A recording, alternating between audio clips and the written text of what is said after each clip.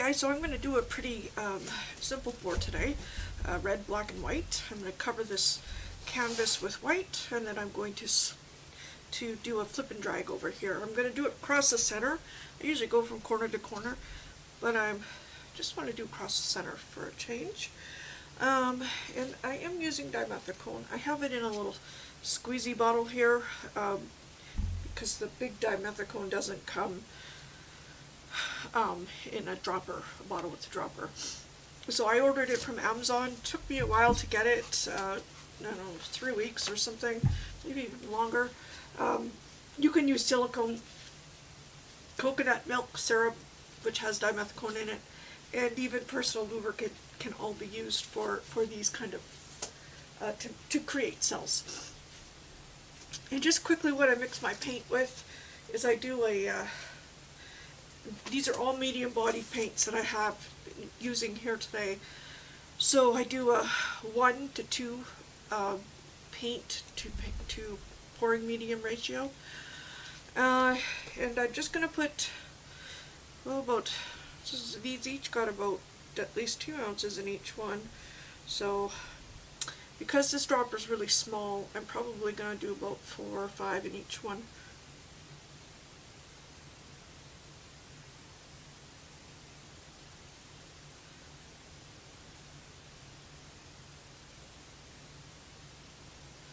Okay. Just give it a good stir. Now, I don't like having a lot of pink on my board, so I very often use a 4th color, kind of sandwich the red away from the white, but in this case I don't have that. I just have the basic 3 colors, and so what I'm going to do is I'm going to put the red in first, and then the black, then the white. And so the red and the white will touch only in one layer, instead of in 2 layers. Pour it that way.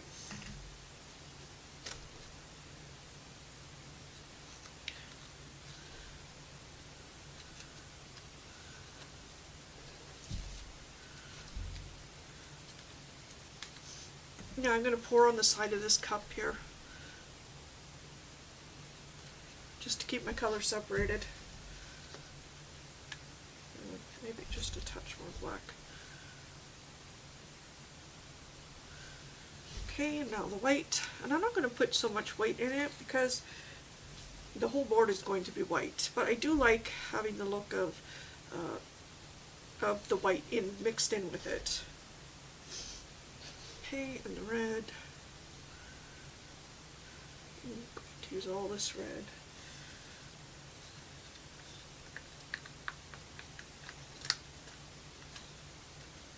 And tomorrow I might film which is the best cell creator. Trying to figure out which one I should be using as dimethicone. I have been using dimethicone a lot. I have really liked it, and I'm wondering against the silicone if there's any difference, or if the personal lubricant might be better. I don't know. So that's probably on my agenda for tomorrow. Okay, now that I got this poured, I'll just put it aside,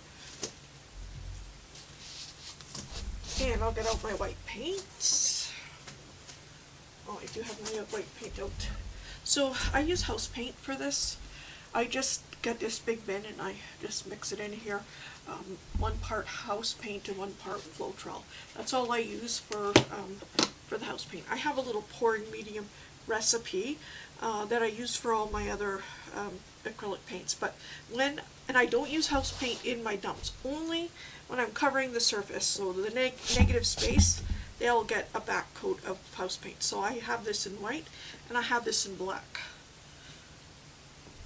And then I do dilute it a little bit with water to get a thinner consistency than what you want with, say, a dump paint, because it makes getting blown edges out better.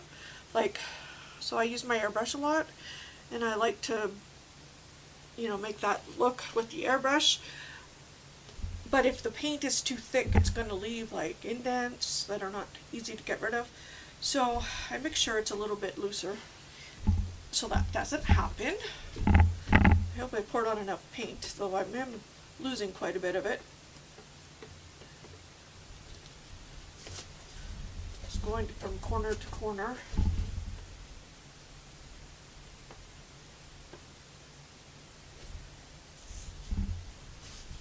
Just breaking the surface tension here.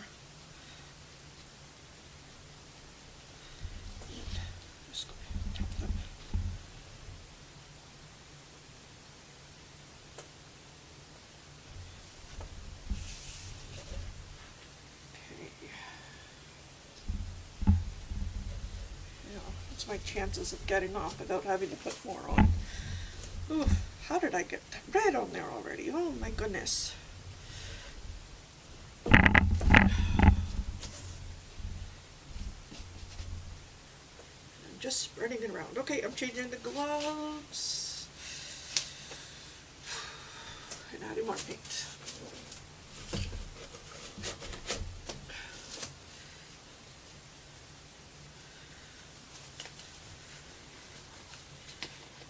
Really upset about this red in the corner. Probably can't see it very well, but it's just like a little smear of the red. I must have had a little bit on the glove. Note to self: change gloves when you're changing tasks. Okay, that's not enough then. Now I could have just used my little tool to scrape it along, and I should have. I don't know why I didn't. Okay, I saw a blob. I saw it, dropped it, go down. Watched it go down. And of course now I can't find it.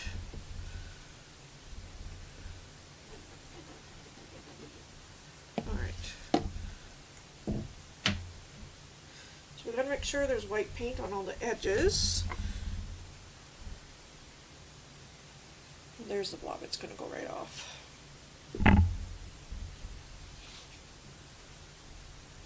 There's another blob and it's going right off.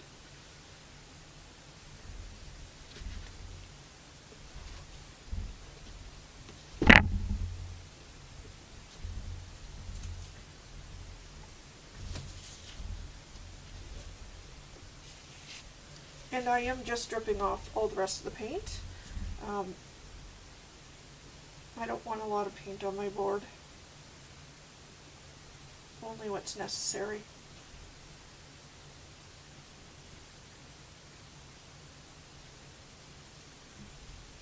Sorry, I know I had it turned backwards too. Sorry about that.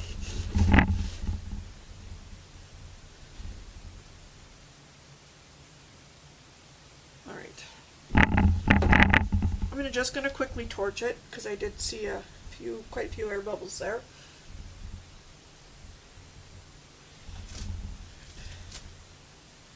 Seems like I have this area of more paint. I don't know if that's just a line in the board or I actually have more paint there.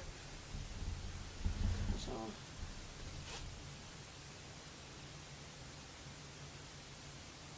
I see it all going.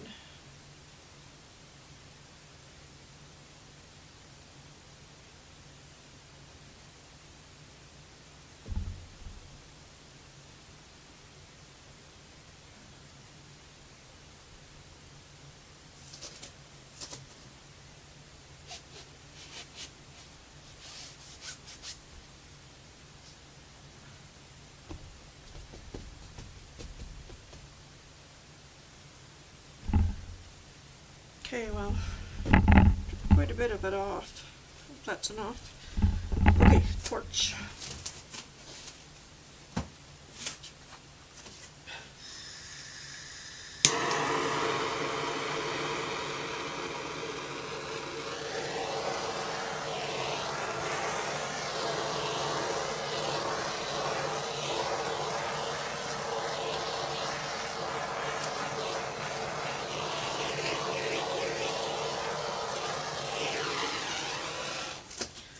So I'm going to grab my cup here. I am going to, oh, I should have put a hole in it. Oh well, I'm going to tip my board right over it, put it on like this, and flip the whole thing. And hope not to spill stuff. Oh, what did I just do here? Alright, so I have to fix this piece of the board. I scraped against something. So, I'm just going to grab handfuls of paint. Because I know there's nothing in there but this paint.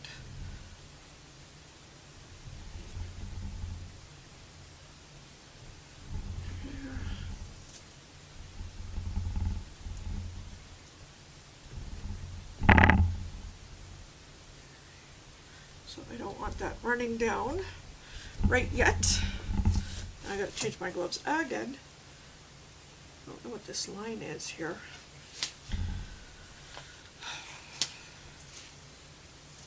Weird things going on with my canvas. I'm gonna retorch this little spot here. And here, I don't.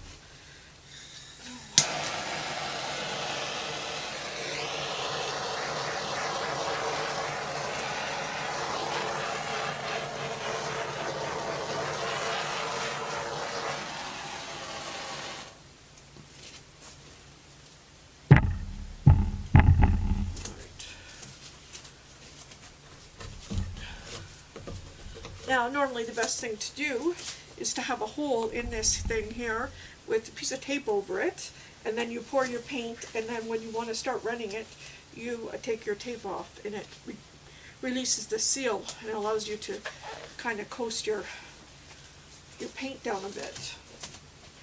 I don't know why I didn't do it, but it says, oh, here. I'm going to use a toothpick to kind of just go under it and lift it a little bit.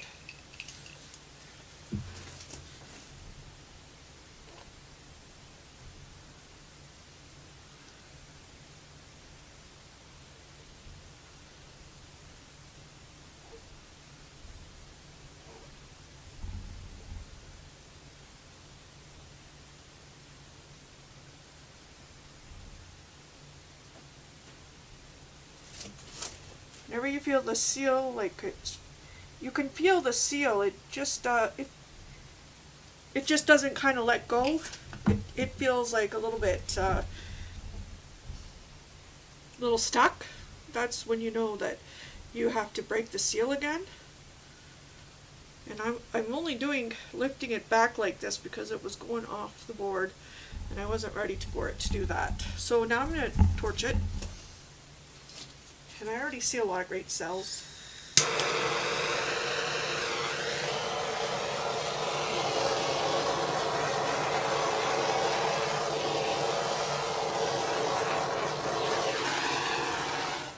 Alright, so I'm going to go back over there. I want to tip a little part of that off, then come back to center, and then go back and forth a couple times. Okay, almost off. Okay, there we go. Now I'm going to go back to the center.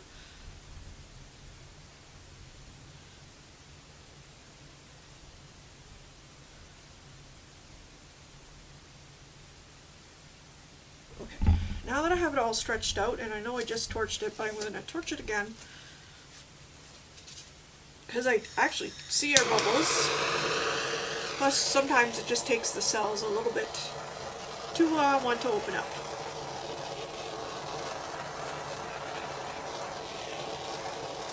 Gosh, there's a lot of air bubbles in this.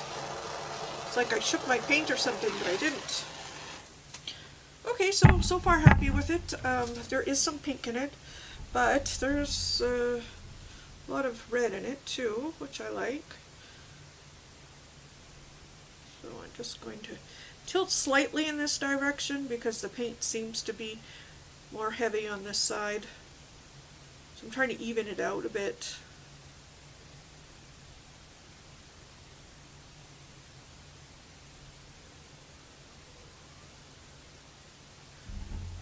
This is why I really like dimethicone. It gives me beautiful round cells. I mean, it can be overstretched just like silicone or any other thing.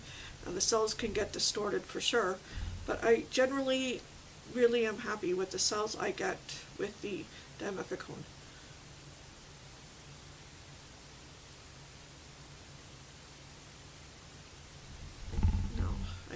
tip it kind of in this corner, because again I have more paint on this area for some reason.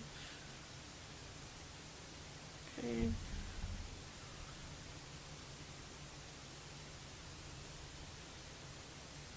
Okay, I don't want it all over, all the way to the edge. Okay, I'm kind of digging what's going on here, but I do have to tip it back because I got to get the paint at least a center.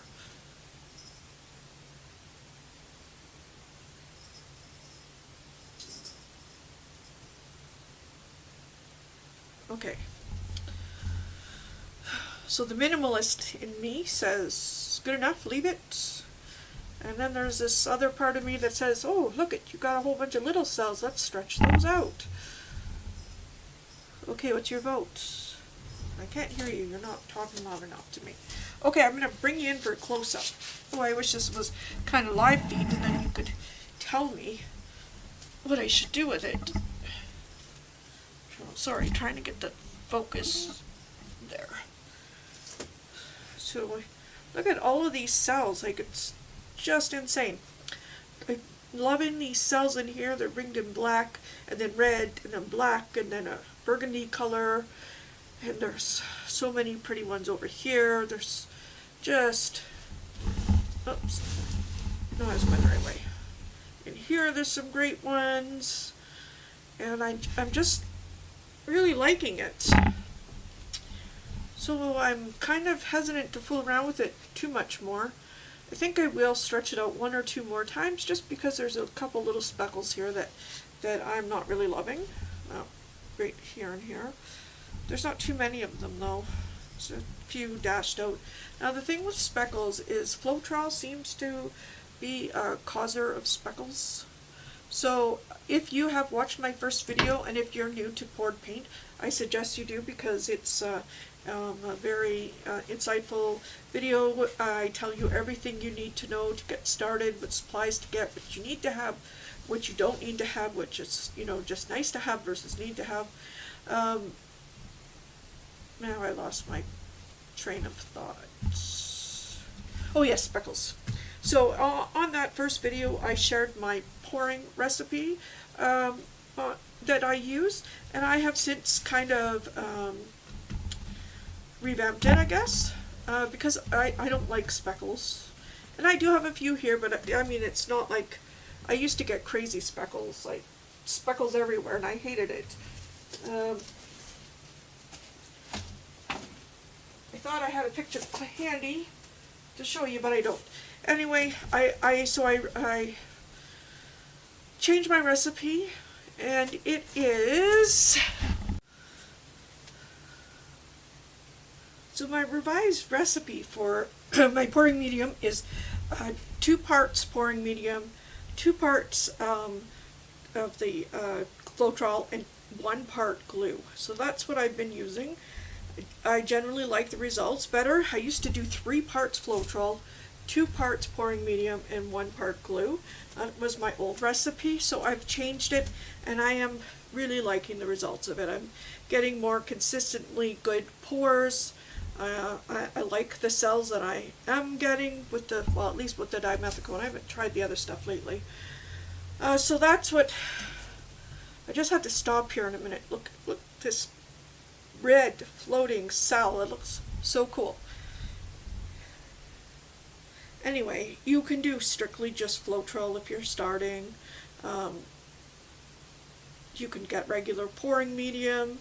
I happen to use, well, I'll use Liquid X if I can find it for a good price. Sometimes on Amazon you can get a gallon for like 50% less than you can get it at Michael's. But that's sometimes a surprise. But I do use Sargent Arts mostly because they're the best price. They're a little bit watery, that's why I add the glue into it. I think I'm distorting my cells up here. So time to spin back. I don't know how many more of these back and forth I'll do, not much. Just trying to open up a couple of those speckles.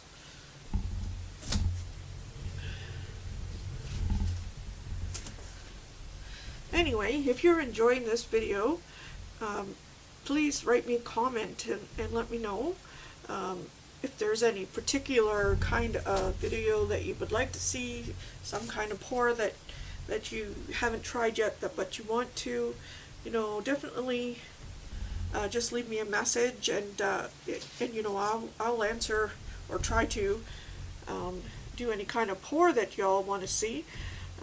You got questions, I will answer them. If you leave them on comment, I'll answer on comment. But then I will also address them in my videos, because if one person has a question, then it seems to reason that another person might have the same question. And there's no such thing as dumb questions. There seriously is no such thing as a dumb question. I had so many dumb questions. Don't get discouraged if your art is not, you know, behaving how you want it to, or you're not getting the results that you want to. I know that all these YouTube videos make it look so easy to just get a nice pour, you know, just put a couple colors in a cup, dump it out, and there you have this nice painting. Well, I tell you, I probably went through at least 50 pours before I got anything that I really liked, and that's not an exaggeration. It was literally 50 pours at least. You know, it's taken me a long time to get to a point where I could sell my work, or, you know, be happy to put it up on my wall or give it as a gift. And it just takes practice, finding out what works for you. And sorry, I'm being distracted by this little thing that looks like a blob here. And there is a blob in there. Frick. Sorry. Okay, so the biggest thing for me was consistency. Once I got paint consistency down, then it all became pretty easy for me. Well, not all the time, because I still have bad pours that I do not like. But for the most part, I'm pretty happy with them. I'm pretty happy with this one. I was thinking about turning on my air compressor and blowing out these edges, but I think they're pretty groovy the way they are.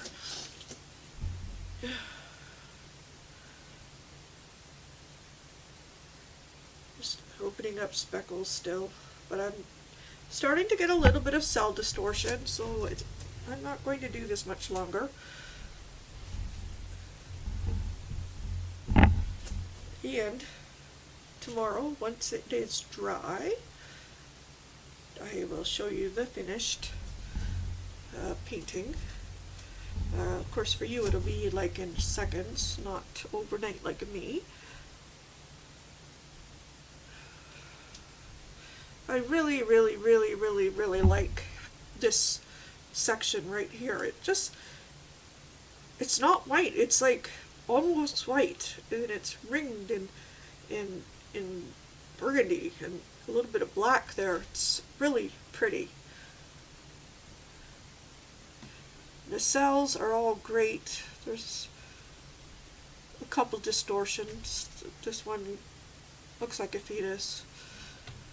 Seriously, it does look like a fetus. Looks like it has an eye over there. Yeah, that one's a strange one. I just can't figure out which way to tilt to get them all back to normal.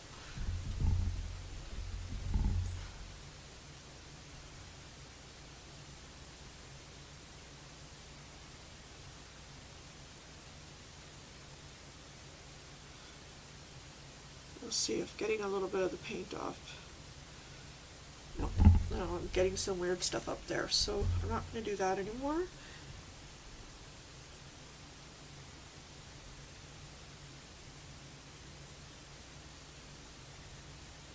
Okay.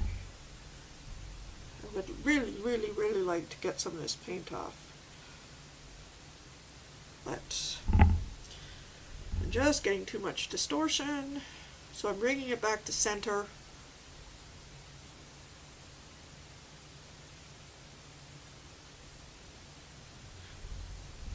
And yeah, some of my cells are breaking up. So I'm going to do one more this way, one more this way, just to get things in a kind of a straight line.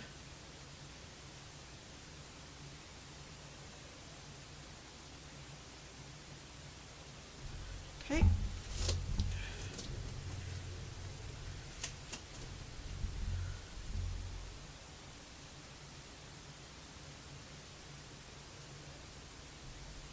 So funny, this little red splotch here got left behind, it looks like. All I'm trying to do now is to get these a little bit less elongated.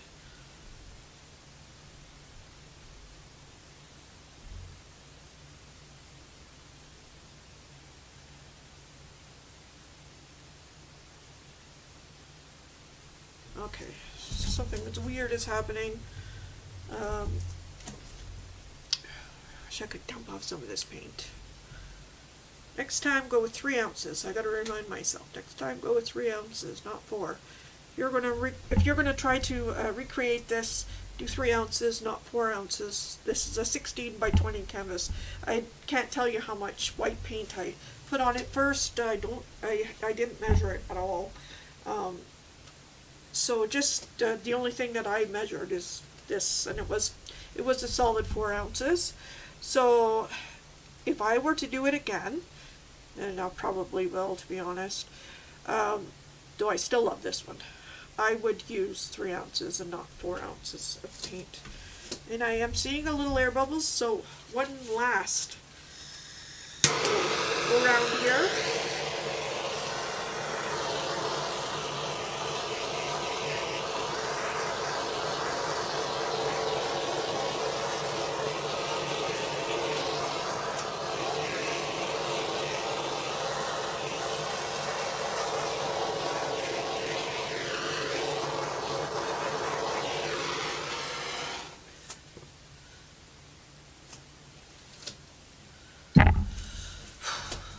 See, the thing with not getting all of your bubbles with your first little go round with the torch is problematic, because I didn't have any speckles and I was done, but then I saw a bunch of air bubbles, and so I popped them, of course, and now I got more speckles. So I don't normally get these kind of speckles, even when I have to retorch. Something must have been shaken up. Well, maybe when I was shaking up my, well, what did I make? White earlier. Oh, yes, I was shaking up my white and my black, actually, to be honest. I shook them up because I had just made new ones. I keep my paints in pre-made with in these graduated kind of condiment containers, and I mix every Sunday or so. I go around and I see what colors need to be replenished, and then I mix them there, so that when I'm coming to painting, all I do is squeeze it from a bottle, add the dimethicone or silicone or whatever, and then use that for the layering. Okay, and I was going to try to get a little more of these speckles, but I don't think that's wise. I gotta say, I'm really liking some of these cells though. Some of them almost,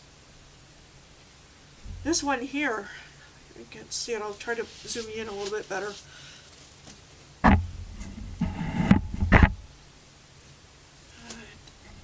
Let's focus.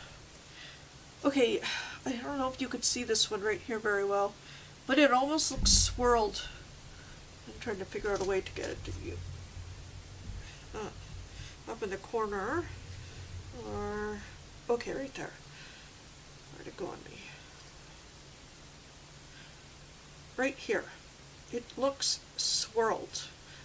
It's really hard to tell. I will get a better detail of it when it dries, and I'll take an actual picture of it in a close-up zoom so that you could see it. It actually looks spiraled.